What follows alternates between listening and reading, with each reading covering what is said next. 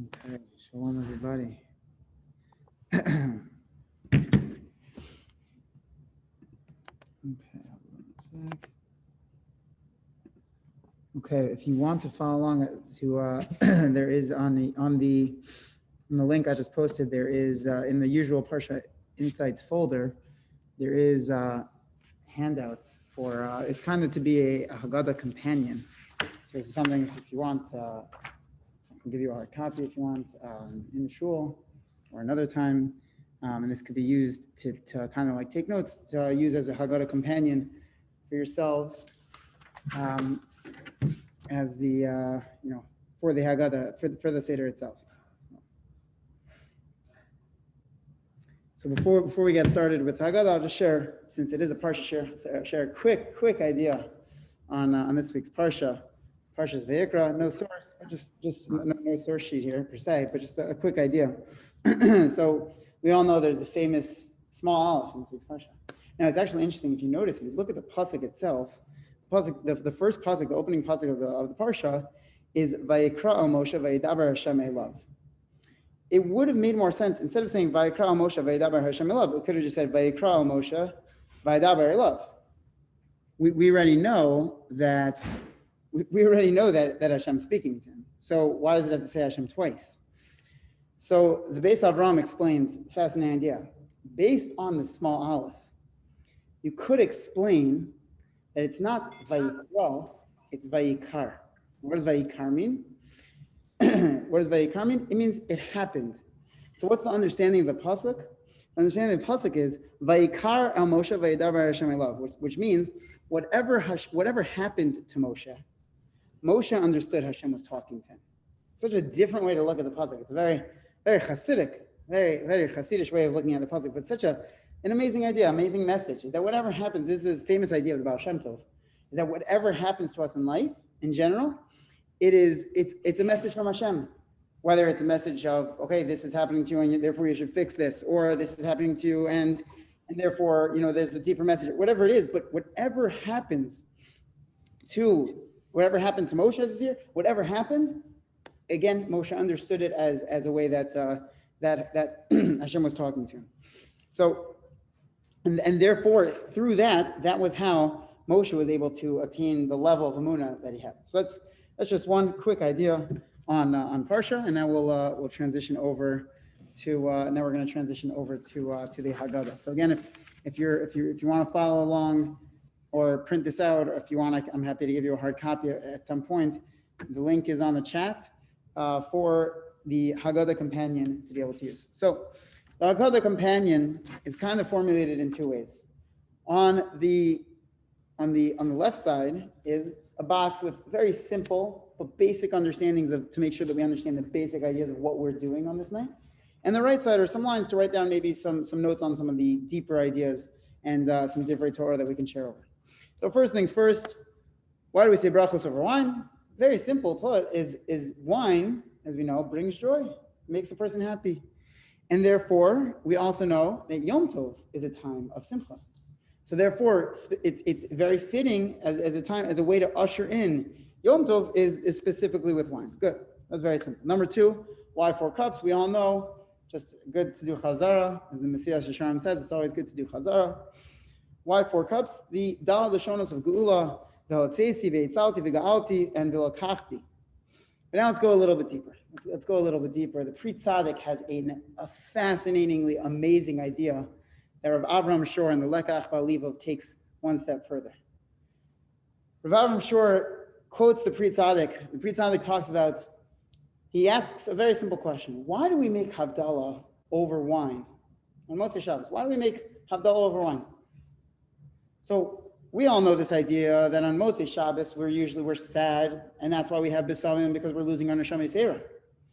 But the Pri Tzaddik points out that there's, at the same time as us being sad because we're losing our Neshama Yisera, at the same exact time, there's something, the exact opposite happening. We're having a tremendous amount of simcha. The reason we use wine, like we just spoke about, why do we use wine? Because wine, brings simcha, wine brings us joy. Now, the Pri Tzaddik points out is that the reason we dafka use wine is because we have simcha. What's the simcha that we have? Fascinating idea by the Pri Tzaddik. The simcha we have is over our ability to be mavdil. What does that mean?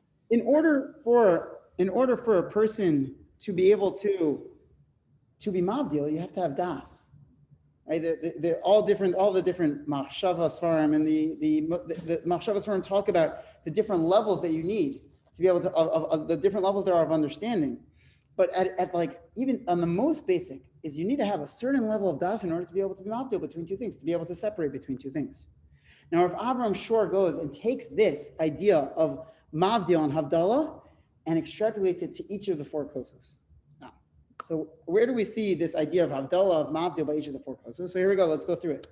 When is the first kos? When's the first kos? Kaddish. Okay. What are we separating between by Kaddish? Ben kodesh l'chol. Very simple. Very simple. Right. So we see the idea of havdalah by this idea of havdalah of mavdil ben kodesh l'chol by the first cup. Good. Let's keep going. Second cup. When is the second cup said? So the second cup is said over the Haggada, over Magid. Right? Okay, so what are we separating between in Magid? What are we separating between? We're separating between the Ben Avdus L'Cheres, Ben Galus L'Geula. Right? We're separating between when, that's the whole entire theme of the night, is remembering that we were Avadim Hayinu, Matzchil B'Gnos, just, the other day is Daf Yomi, Matzchil B'Gnos, Umasai Mishpach. We started off, we were Avadim Hayinu, and then we went and eventually we were free. Great, so that's the second cup. What's the third cup? When's the third cup said? After Baruch, right? After Berkas HaMazon. Now, what are we separating between when we say Berkas HaMazon? Amazing idea by Rav Avram Shor. He explains, and it's a theme he has in many of his farm. He explains how we're being mavdil, or separating between the meal of a Jew and the meal of a non-Jew. What does that mean exactly? When a Jew eats, we have this completely physical act, and we have the ability to take a completely physical act and raise it up and make it spiritual. How do we do that? So a couple ways. Number one, we make brachos before, we make brachos after. And Rav Avram Shor explains there's another way that we have the ability to take something that's completely physical and make it spiritual. How is that? Through the perspective that we take before we start eating. Before we start eating, if we a person can wake up and say, okay, I'm gonna eat some breakfast, great, because I'm hungry. Okay, that's one way of eating.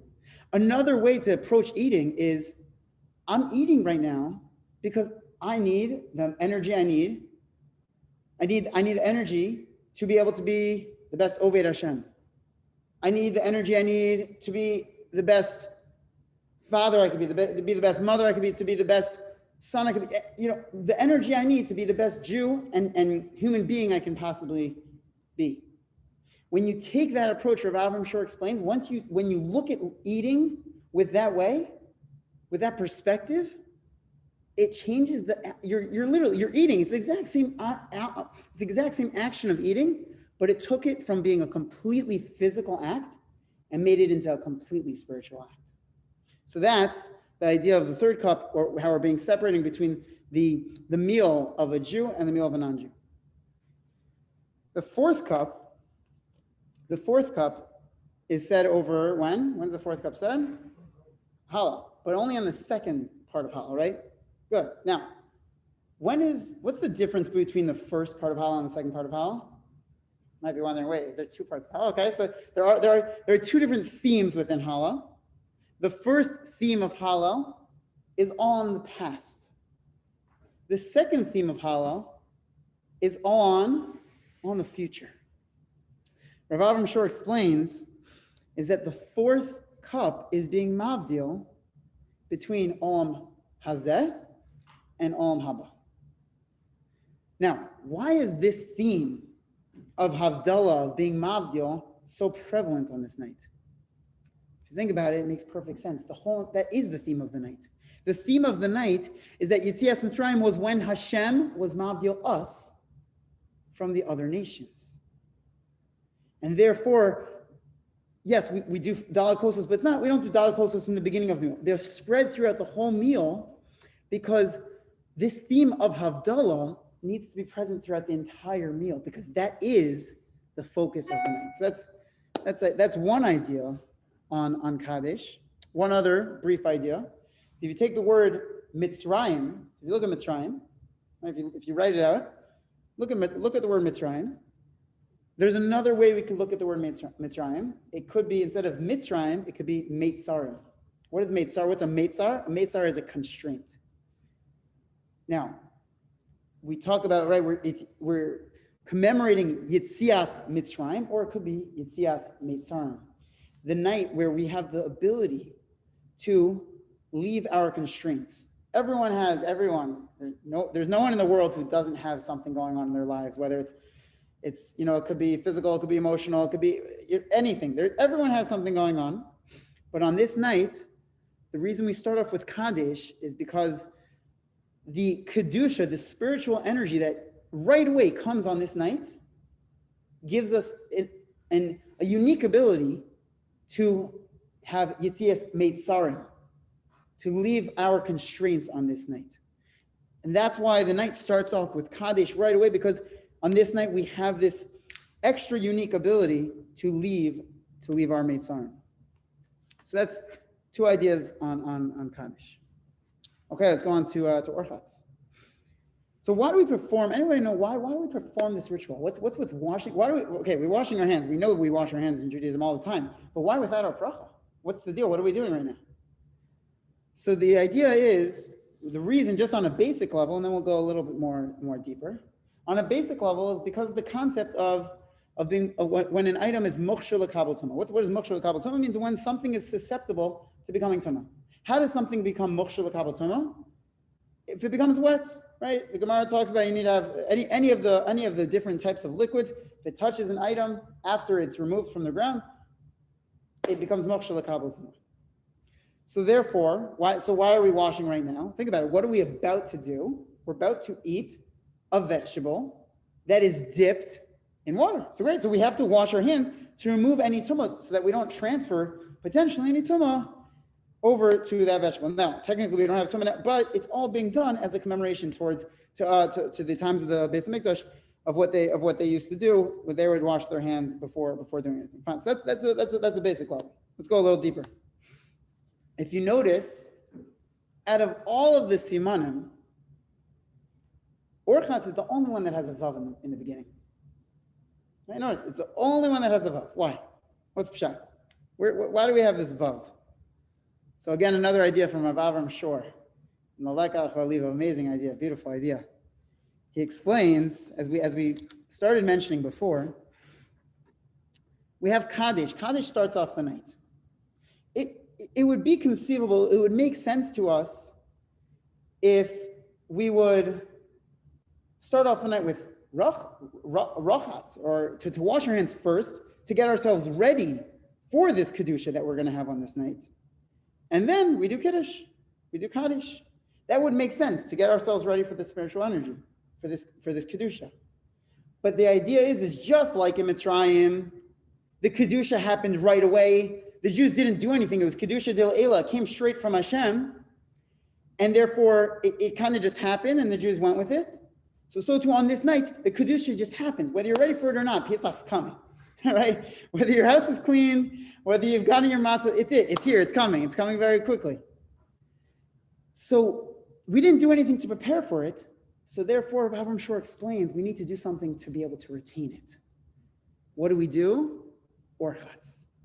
The reason we have the vav is because the vav is the vav hachibur, the vav of connection, showing that there's a connection between the kaddish and the rachatz that we're doing.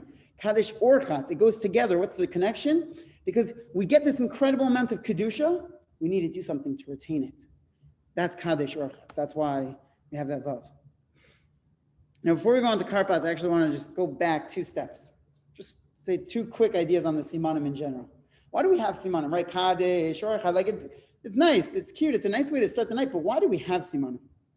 So on a very simple level, you can explain that, if someone was going to take a trip, the best advice that you could ever give anyone going on a trip is make an itinerary, make a plan, right? As the famous saying goes, If you fail to plan, you're planning to fail, right? Famous saying.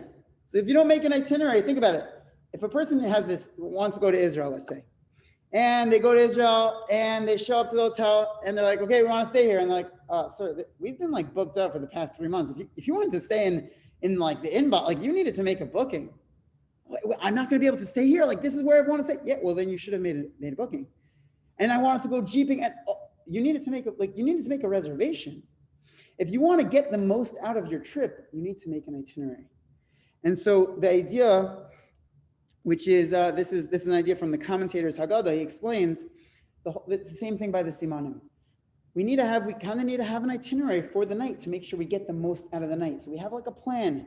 We have a plan that's set out for us. Okay, here's what we're doing tonight. Let's make sure that we accomplish what we're trying to accomplish by each of the different steps. The Mayana Shel Torah takes a little bit of a different approach towards the Simanim. We know in halacha there's a concept that in order for if someone loses an object, how do you retrieve that object? You need to give a siman, right? A siman. Now, the word siman, right, like simanim, so that's how a lost object is returned. The Mayana Shel Torah explains that throughout the year, we, as Jews, are lost in it, so to speak. What does that mean? We're lost spiritually. I don't think anyone would argue with the statement that we're not as connected with Hashem as we probably are on Pesach, let's say, throughout the rest of the year. Pesach is like a very highly spiritual night. We're doing so many mitzvahs, doing so many customs, and so many divrei Torah. The Haggada is the single most published sefer ever in the world. There's thousands of Haggadas, more so than anything else. There's so much Torah that's said over the Haggada. So throughout the year, maybe we're not as connected as we are on Pesach night. So therefore, why do we have simanim?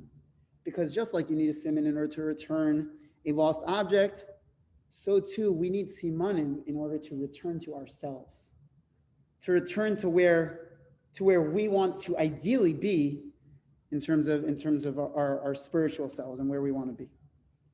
So those are just two quick ideas on the simanim. Getting back to the order, karpas. Let's go to karpas. So karpas, very simply, why do we use vegetables? We use vegetables because what are we commemorating on this night? We're commemorating that we were slaves. What food do you think slaves used to eat? They would eat whatever was left over on the ground at the end of the day of working. What was left over on the ground usually was the vegetables. That's what we're commemorating. However, on the exact same, like on the flip side, there's this duality of the night. What do I mean? Why do we dip it? The reason we specifically dip the karpas is actually to remember that in the olden days, the only people who would dip their foods were the noblemen. So therefore, we kind of have this duality of night, which we know. We start off talking about Avodah Mayinu, and then we are freed by the end of the night. So the same thing here. We're picking up this vegetable, and we're saying, with this vegetable, I remember that I and my ancestors, we were slaves, and that's what we used to eat. But I'm dipping it to show, no, I'm free at the exact same time. So this duality of the night also exists within karpas. And then the obvious, salt water again, obviously we all know, is to remember the tears. Now, let's go a little bit deeper. Fascinating idea. Little Torah trivia here. Where else or where in the Torah do we see the word karpas? Where do we see that? Yeah, go ahead. You got to unmute yourself. Megillah Esther, first parak. Okay, good. We do good. That's in Megillah. We're in Torah Shebechtav, but that's good. Where else? Where in the Torah Shebechtav do we see? It's actually. Let me clarify. It's not. It's in one of the parshanim, one of the commentators on the Torah Shebechtav. It's in the Yosef story when the brothers. Ksonas. Exactly. The Ksonas Pasim. Rashi tells us what was the Ksonas Pasim made out of? It was made out of karpas. Now, I'm not saying that Yosef was wearing a coat made out of vegetables or potatoes. That's not what I'm saying. Yosef, the word karpas has another meaning. Rashi explains is made out of fine wool. Now, it's not a coincidence. It's not a coincidence that the word karpas used by Yosef's coat in Rashi is the same thing that we use on Pesach night. Now, What's the deeper meaning here? The karpas that was used by Yosef alludes to the time that the brothers dipped Yosef's coat, right? Like we dip the karpas, Yosef's brothers dipped his coat into the blood and brought it back to Yaakov. Now, think back to the Yosef story. What was the outcome of that dipping? What happened next? So they went back to Yaakov. Yaakov mourned, but then what happened next is that Yosef was sold. And where did he go down to? Down to Mitzrayim. Why did the Jews in the first place go down to Mitzrayim? Because they found out that Yosef was alive, and they all came down to live in Mitzrayim and be with Yosef. So the whole entire Golus really started from that karpas that was dipped originally. And what we are doing on this night is we are being metaking, we are rectifying that original karpas that was dipped in the wrong way, and we are doing it in the right way. And we do it kind of just like that karpas represented Yosef, who was pushed to the side by his brothers. We take a vegetable, which in general is pushed to the side in a way, meaning vegetables are usually sides at a meal, usually, not everyone. I personally like salads, but not everyone, fine. So vegetables are usually pushed to that. We take a vegetable and we say, no, we are making you a prominent thing. We're starting our stage. It's the first thing we're going to eat for the night. We're taking karpas, and we're going to do it with everyone around us. We're going to do it with our families and show we are being metaking right now. Yosef's brothers pushed him to the side, didn't have achdus. We are being metaking it by doing it with our families and dipping it in the right way. Okay, let's go on to we'll skip Yachats for now. Let's go to Halach Manya. Halach Manya. So Rav Soloveitchik asks a very interesting question. We say in Halach Manya, we say Kol dichvin yesei v'yechol, Kol ditzrich yesei v'yesai. We basically make an invitation going on right now. We're like sitting in the middle of our Seder, and all of a sudden we're like, anybody want to come? Like, are we actually opening our windows or our doors and like calling out to say, hey, anybody want to come join us? So the Rav Soloveitchik asks, is this a real invitation? No one's actually coming. So the Rav explains that by proclaiming this right at the beginning of our Seder, what we're actually saying is, we are free. Why? How is this saying we are free? Because who can invite guests? Who has the ability to invite guests? A free person. An Eved doesn't have the ability to invite people. In order to be able to invite people, you have to be free. And that's why we start off with the Seder. We start off the Seder specifically saying, Kol dichvin yesei v'yechol, Kol ditzrich yesei v'yefsach. Anyone who wants to come, please come, showing that we are free people. Now, another quick idea on Halach Manya, and maybe we'll pick up with the rest of the Seder next week. We'll do another, if people are available, I'm happy to do another Haggada Shir going through more insights on either Tuesday or Wednesday. We'll put it out on the group chat. One other quick idea. If you notice something very unique about Halach Manya, it's the only paragraph in the whole entire Haggada that's in Aramaic. Why? Why is this in Aramaic? So Betzalel Rudinsky in the Mishkan Betzalel explains a very interesting idea. There's Gemara in Pesachim, which says a person should never ask for their needs in Aramaic. Never ask for their needs in Aramaic. Why is that? So the Gemara explains why. Because Malachim specifically understand Aramaic, and therefore we don't want to rely on Aramaic. So it's an interesting idea. Okay, fine. But now, so how does that explain why we start off the night in Aramaic? So we want to basically say is, sorry. Look, I just realized I said one thing wrong. Malachim don't understand Aramaic. Sorry. The Gemara says the Malachim don't understand Aramaic. Sorry. The Gemara says the Malachim don't understand Aramaic. So why do we dafka start off this night in Aramaic? To say we don't need the Malachim on this night. We don't need the Malachim because Hashem is here. Hashem's with us right now. We know Hashem is here with us. I'm blocking on where I saw this idea originally, but there is, I think maybe it was just a Gemara. There's a Gemara Yerushalmi that says that every single night Hashem goes to Gan Eden to be with the tzaddikim. But there's one night that's an exception to that. What's that night? Obviously, it's Pesach. Why? On Pesach, Hashem comes to each and every single one of our seders. And that's the idea that we're saying here. We're starting off Halach Ma'anya and Aramaic to say, Malachim, we don't need you. Hashem is here literally with us right now. So we'll continue next week. We'll arrange the time on either Tuesday or Wednesday to have Haggada Insights part number 2. And thank you to everyone who joined us for tonight. And again, if anyone wants a hard copy of this to be able to use it at your Seder, let me know. Text me. I'm happy to get it to you. Have a good Shabbos. Have a great Shabbos. Have a great Shabbos. Thank you so much. Thank you. Good Shabbos. Thank you. My pleasure. Good Shabbos. Thank you.